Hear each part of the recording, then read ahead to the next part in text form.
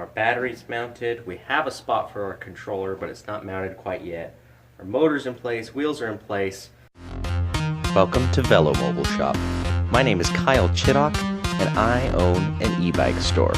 I like to make electric bikes better.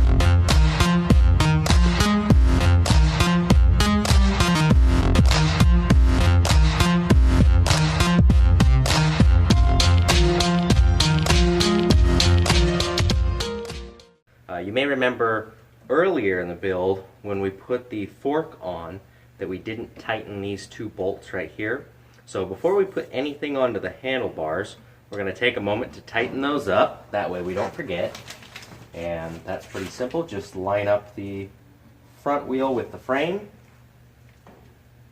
And then you can take these bars, even with this top bolt tightened all the way down, you can still wiggle these around. So make sure your wheel looks straight. Handlebars look straight, and then tighten these two bolts up, these two pinch bolts on the side of your stem. Okay, we got those nice and tight. That feels good. This is the KT LCD3. By the time this course comes out, I'll probably have a color version of this available as well. But this is the older black and white version. They basically do all the same things. One just looks cooler, to be honest. We have a mounting bracket, and this can go either way. If you're looking at the screen, this on the left is typically the pedal assist 0, 1, 2, 3, 4, 5, with 5 being the most amount of power when you pedal, and 0 being no power at all. So you have the pedal assist here. You can have different values here. There can be ambient temperature over here, time up here. There's a little brake sensor up here. Once we get this powered on, we'll go through the settings and explain all of that. But first we need to put this mounting bracket on. And like I said, this can go this way or this way. Doesn't really matter. My personal preference is to put it this direction, and we're kind of backwards compared to how it's going to go on the bike. But the reason I do that is because there's these two nuts and bolts here, a little bit easier to get to, and I think it just looks a little bit cleaner when you're riding the bike because you don't see those. If it's turned around this way, you always see these two things sticking out. So if you want a nice clean look, at least from the rider's perspective, then put the mount on this way, and all we need to do is take a Phillips head screwdriver and put in the two screws that the screen comes with, and one in here. And you don't need to get these super tight. You are screwing on a plastic bracket, so be careful not to over tighten these or you risk cracking the mount. So nice and snug there. Now for actually mounting this onto the handlebars, you can see there's a screw here, another screw there. There is, however, a nut here and here. So if you're not careful, that nut can pop out of there. So make sure not to undo this upside down like this, otherwise that nut will fall out and you'll be searching around on the floor of your garage or your carpet or wherever you're building your bike trying to find that. So I go like this. Maybe even put a finger right there. That way you don't lose that. There we go. We'll set this aside for a second. That nut is still sitting right in there. We'll do the same to the other side. So we're holding this very carefully so that we don't lose those two nuts right there and there. And what I would do is just spread that mount over a little bit. I like to put my thumbs over those so they don't go flying out. There we go. And now we can put those two screws back in. So walk around this side and just imagine yourself sitting on the bike looking down at the screen, and what would be a comfortable angle. I'm going to put it right about there. And then we also have the buttons for the screen. And if you look carefully, there's a power button in the middle, if you know which way the power button faces, or you can just do it the same way that I'm doing it. We got to remove this here. Now, of course, I didn't do it that way, but if you wanted to, see there's not enough slack to reach now, but you could have slipped this button on first before mounting the screen on. Either way doesn't really matter. Do be careful with this. Don't stretch it too far when you're popping it on. You do risk breaking that piece as well, but the wire should be facing forward. If you put it the other way, your up and down arrows are going to be reversed, so when you're trying to press the pedal assist to go up for more power, you're actually going to be getting less. So just carefully stretch that over. There we go. Got my finger over that nut to make sure it doesn't fall out. And then we can screw that back in. Now we're not going to plug the screen in yet because we've got a lot of wires to run, but just get the screen situated on there with the power buttons and the pedal assist buttons, and we'll put the next parts on. Now we're going to take our 7-speed shifter and slide it onto the bars. So this one you just use your thumb to shift one way, use your thumb to shift the other way. If you look closely, there's a plus here, and there's actually a minus up here to tell you if you're going up or down.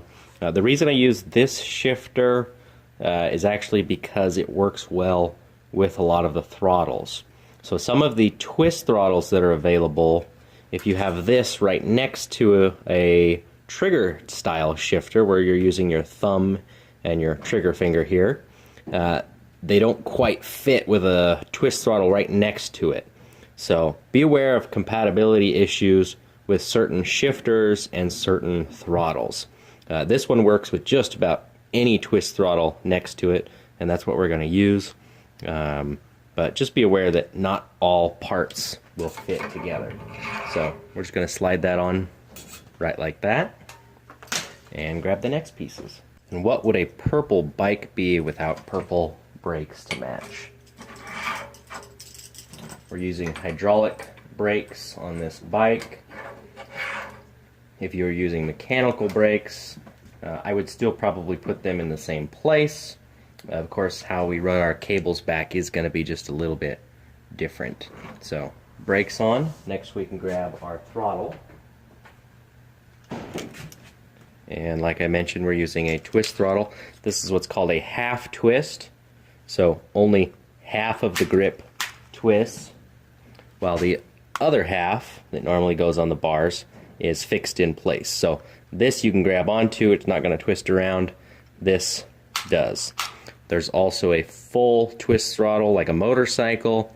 If you're used to riding a motorcycle, then you'll probably like that full twist. If you're not, some people find it a little unnerving that the entire grip moves, and they don't like that feeling. So that's the difference between those two. This one also has a key, so for this particular bike, you have to insert the key and turn it on before the bike will turn on. The bike will not turn on if the key is not in place. So key slides in. This actually turns a switch on inside here, and then you still have to turn the battery on and the screen on for the bike to turn on, of course.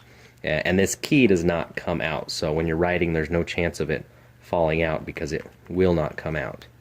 So this will slide on right here.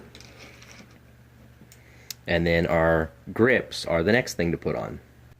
These are the grips that are included with this throttle. So normally we'd put this half on here. We just slip it on a little bit, take our plastic hammer and tap it on the rest of the way. Same goes for the other side. To be honest, these are not the most comfortable grips. They're pretty hard actually. So instead of using these, we're going to switch them out for these much more comfortable foam grips. Now obviously these are the same length. They weren't intended to go with a half twist throttle like this over here. So all we're going to do with the right side is take one of these and cut it in half with some scissors and then put it in place. Now I mentioned with the harder grip, this one, that you could slide this on the bars here, tap it with the hammer, and it'd go right on. The foam grip, if you tap that with a hammer, that's not going to work so well. It's just going to squish. But here's a little trick that I have for putting grips on. You can get grips that slide on and then tighten down with an Allen wrench, and those are quite nice. Hard to find them to match up with the half twist throttle we've got. So here's what I like to do.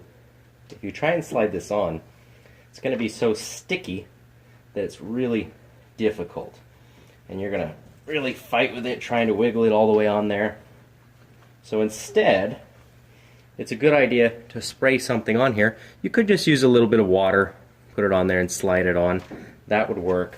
But I actually just like to use some generic hairspray. Reason is, it's slippery when it's wet, but as soon as it dries, it gets really sticky. So instead of your grip sliding around, this kind of gives it a little bit of an adhesive, but it also makes it easier to slide it on. So we're going to take and just put a little shot of hairspray in both ends there. And you got to work quickly before it dries.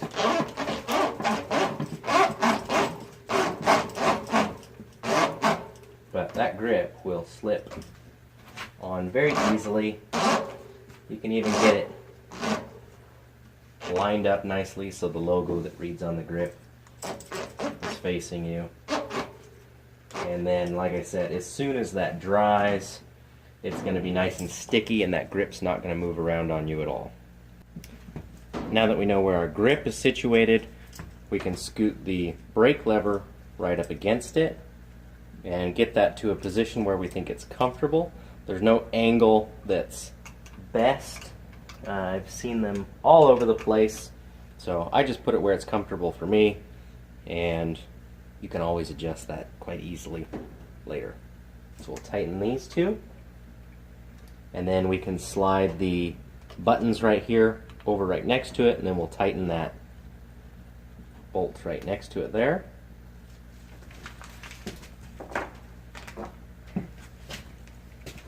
And again, the button is just wherever it feels most comfortable. I kind of use it with my thumb, so just look at it and see where does your thumb naturally sit, and then tighten that down.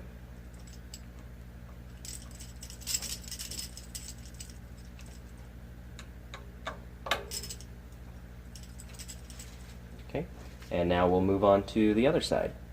Now the foam grip for the other side, we're going to trim down. You can either take your best guess and trim it to where you think everything will be comfortable, or you can always compare it to this side, see how much you need, and kind of measure it that way. And then, like I said, we're just going to take some scissors to trim that off. Even though it's a small piece of foam, still give it just a little shot. Makes it easy to get it on.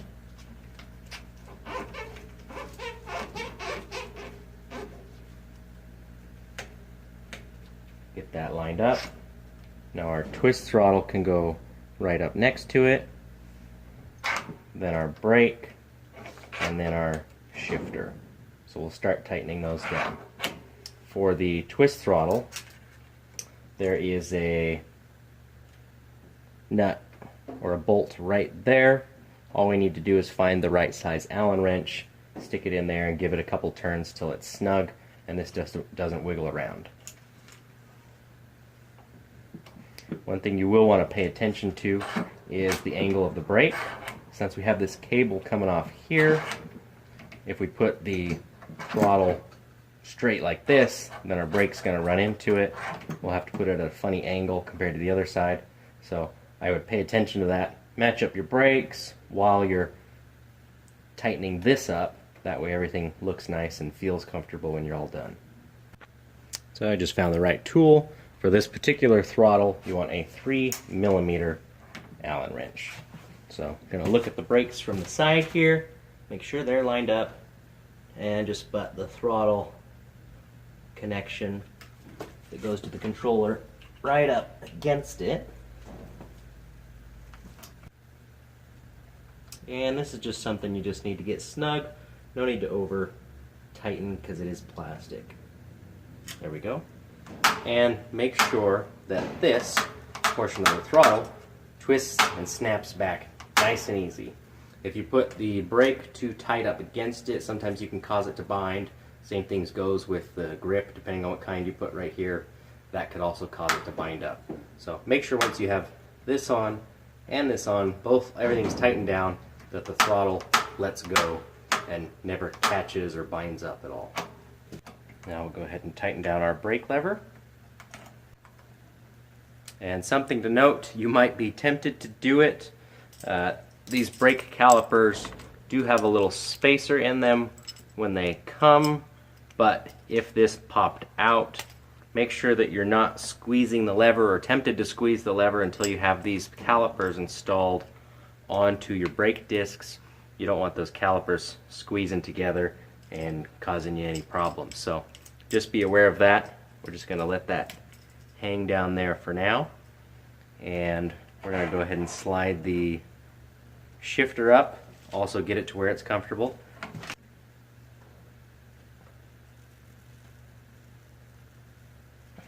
Okay, now that everything's tight, double check our throttle. Everything looks good. So we are good to start running some of these cables. Actually, I forgot one thing. We always got to have a cap in the end of the bars.